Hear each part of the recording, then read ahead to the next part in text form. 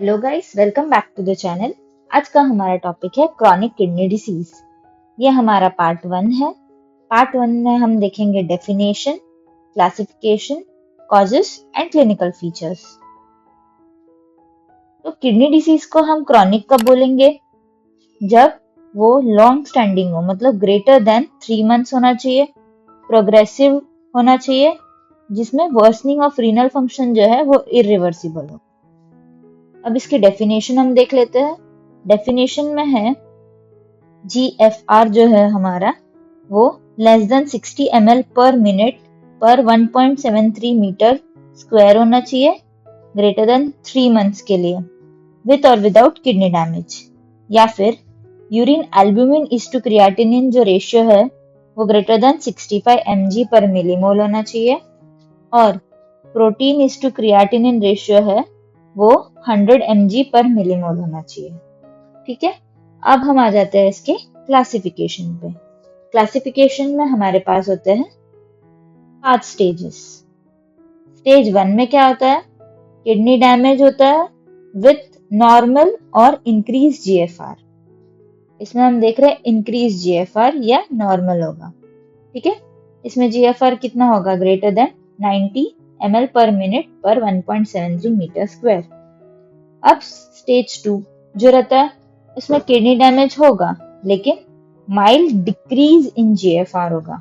Stage 1 में हमारा या तो नॉर्मल रह रहा था या तो इंक्रीज GFR हो रहा था, लेकिन स्टेज 2 में जो है माइल्ड डिक्रीज GFR होगा। GFR कितना होगा? Between 89 to 60। अब हम स्टेज 3 पे आते हैं। यहाँ पे होगा मॉडरेट डिक्रीज ऑफ GFR जो कि होगा 59 to 30। स्टेज 4 में सीवियर डिक्रीज ऑफ GFR होगा जो होगा 29 to 15। और लास्ट स्टेज जो हमारा होता है उसको हम बोलते हैं किडनी फेलियर स्टेज, जिसमें GFR लेस देन 15 होगा, उसमें डायलिसिस रिक्वायर्ड होगा। ओके, नेक्स्ट हम आ जाते हैं हमारे कॉजेस के ऊपर। कॉजेस में जो मैंने रेड हाइलाइटर से मार्क किया है वो होता है common causes of chronic renal failure. अब कॉजेस में देख लेते हैं क्या क्या है। सबसे पहला है ग्लोमेरुलोपैथीज। इसमें आता है proliferative glomerulonephritis, crescentic glomerulonephritis, membrano proliferative GN। दूसरा है सिस्टमिक एंड मेटाबॉलिक डिसीजेस। इसमें जो कॉमन कॉज है वो है डायबिटीज मेलाइटिस। दूसरे कॉज है SLE, पॉलीआर्थराइटिस नोडोसा, अमाइलोइडोसिस और गट। नेक्स्ट हमारे पास है इंटरस्टिशियल, जिसमें आता है क्रॉनिक पाइलोनेफ्राइटिस और chronic interstitial nephritis. Obstructive causes में क्या क्या आता है? कैलकुलस, ट्यूमर, रेट्रोपेरिटोनियल फाइब्रोसिस और प्रोस्टेट एनलार्जमेंट। मस्कुलर कॉजेस में जो हमारा कॉमन कॉज है वो एसेंशियल हाइपरटेंशन है जो कि एक्सेलरेटेड होगा, और रीनोवास्कुलर डिसीजेस इसका हो सकता है वास्कुलर कॉज। कंजेनाइटल कॉज में कॉमन है पॉलीसिस्टिक किडनी डिसीज, और दूसरा हमारे पास है एलपोर्ट सिंड्रोम। नेक्स्ट हमारा जो है वो है क्लिनिकल फीचर्स। क्लिनिकल फीचर्स में हम देखेंगे न्यूरोलॉजिकल मैनिफेस्टेशन होंगे, जैसे पेशेंट को फटीग हो सकता है, हेडेक हो सकता है, एंसेफेलोपैथी हो सकती है। ये सब किस वजह से हो रहा होगा? यूरेमिक वेस्ट जो है या यूरेमिक टॉक्सिन्स जो है, इस वजह से पेशेंट को न्यूरोलॉजिकल सिम्टम्स आ सकते हैं।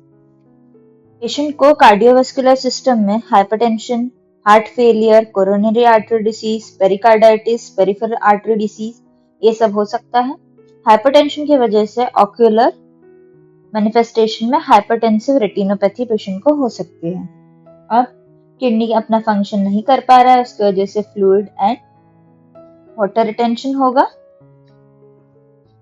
जिसके वजह से पल्मोनरी एडिमा देखने को मिल सकता है।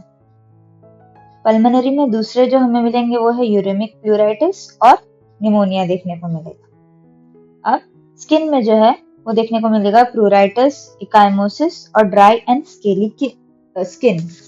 तो स्किन में ये जो मैनिफेस्टेशंस है वो हमें क्यों देखने को मिल रहे हैं? क्योंकि यहाँ पे रिटेंशन हो रहा है किसका? नाइट्रोजनस वेस्ट का, जो किडनी एक्सक्रीट नहीं कर पा रही है, स्किन में एक्यूमुलेट होगा, जिसकी वजह से प्रूराइटिस होगा। मस्कुलर स्केलेटल सिस्टम में हमें दिखेगा कैल्सिफिकेशंस, ऑस्टियोमलेशिया और ऑस्टाइटिस फाइब्रोसा। पेरिफेरल न्यूरोपैथी देखने को मिलेगी, जिसमें पैरेस्थीसिया और रेस्टलेस लेग सिंड्रोम होगा। ये किस वजह से हो रहा होगा? हाइपोकैल्सीमिया की वजह से। हेमाटोलॉजिक मैनिफेस्टेशन में एनीमिया, ब्लीडिंग और इन्फेक्शन देखने को मिल सकता है। एनीमिया जो है वो क्यों होगा?